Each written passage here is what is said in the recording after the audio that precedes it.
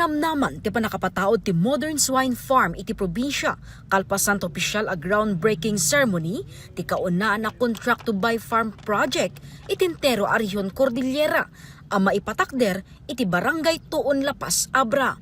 Inatendaran daytoy dalapas Mayor Nina Bernos ken bukay Mayor Jaja Bernos ti Abra River Ranch ken ti CPF Philippines Incorporated. Ibig sabihin ng contract to buy farm is magpo-produce kami ng baboy, ng pork for the market. Dalawang klase kasi. Pwede kami magbenta diretso sa market. At gayon din, nandiyan na suporta ng CP. Tutulungan din nila kami sa marketing. Possible din na sila na mismo ang bibili rin ng mga hayop na aming ipoproduce dito sa farm.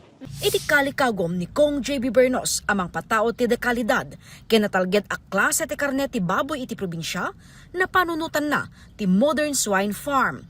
Itintero a Rehiyon Cordillera iti ili ti Lapas ti kaunaan ang madaan ti contract to buy farm project babaen iti panakinnamayet iti Thai Company at Charion Pokpan Foods ang may sa leading agro-industrial and food conglomerate. Daytoy ti kaunaan ng multinational company iti probinsya. Iti daytoy innem nga hektarya alote, may patakder dagiti pasilidad a kaya a makaakomodar ti 6,000 heads a baboy. First, to bring quality food. Second, to also para matulungan ang ating mga kababayan sa kanilang livelihood naman. To bring good quality, safe, sanitary food products for our province mates here in Abra. I'm sure number one, yung stability na magiging presyo ng baboy dito is magiging competitive.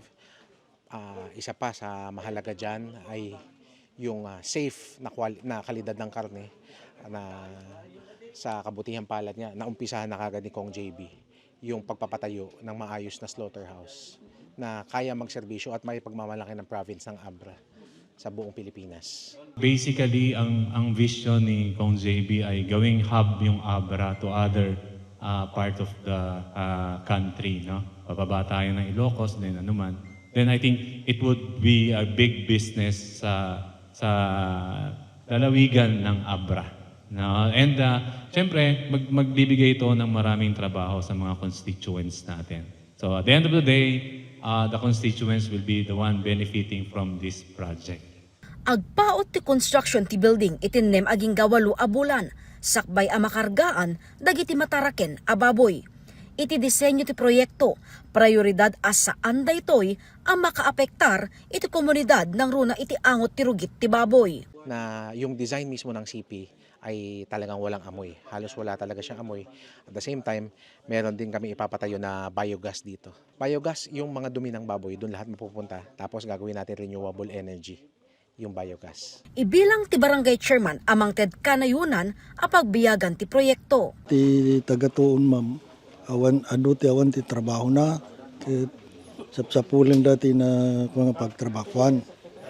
So nga napintas dito yung may kwatap noon, ang damot pagsapulan na kitida dumatagatuon. Ito obserbasyon ni bukay Mayor Jaja Bernos, narigat ti makagatang tinapintas a karne, no bilang maladawen ti panakitsenda. Mamati ababaen iti nasa o a proyekto, mabenepisyaran itintero a probinsya. So we are very excited and very grateful na meron itong project na to dahil alam kong matutulungan din kami sa buhay. Dahil kung meron man tayong nadadatnan na karne sa market, paminsan frozen na.